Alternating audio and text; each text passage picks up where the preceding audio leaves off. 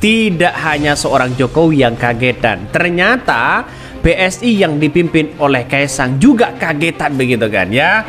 Akibat mungkin ya turunan dari Jokowi, kagetan semua ini. PSI kaget ya, pemilih dari PSI atau konstituen PSI atau pendukung PSI banyak yang mendukung Anies Baswedan, hanya selisih 1% dengan Ahok begitu kan. Artinya apa? Artinya pendukung-pendukung PSI mulai sadar bahwa Anies Baswedan punya prestasi yang sangat luar biasa.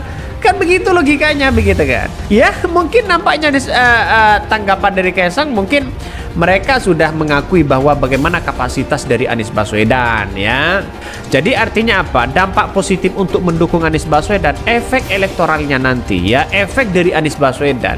Banyak orang akan melihat bahwa PSI itu sadar ya, banyak pendukung-pendukung mereka sudah sadar, tidak hanya mengkritik Anies Baswedan, tapi demi bangsa dan bernegara begitu.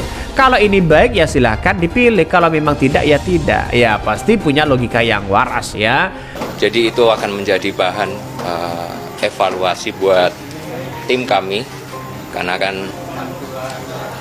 di Jawa Tengah kami tinggi, tapi di sini kami agak sedikit lebih rendah, bukan sedikit tapi memang sangat rendah.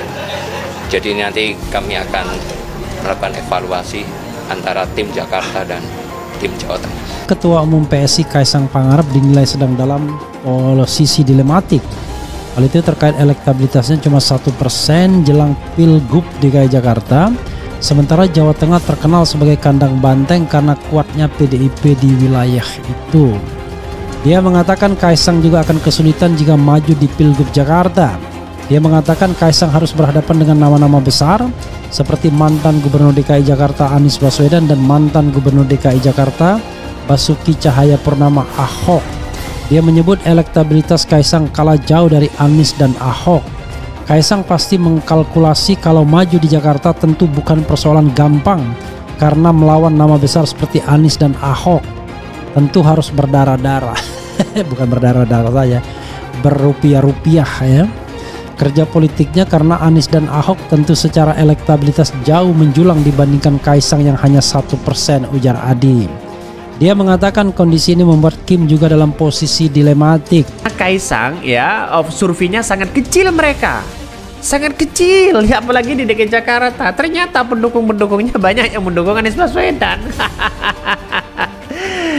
Wah, ini gimana begitu kan ya. Seorang Jokowi pasti wah tambah sesak begitu kan ya. Seorang Jokowi ya, masa PSI banyak yang dukung Anies Baswedan, kan begitu logikanya.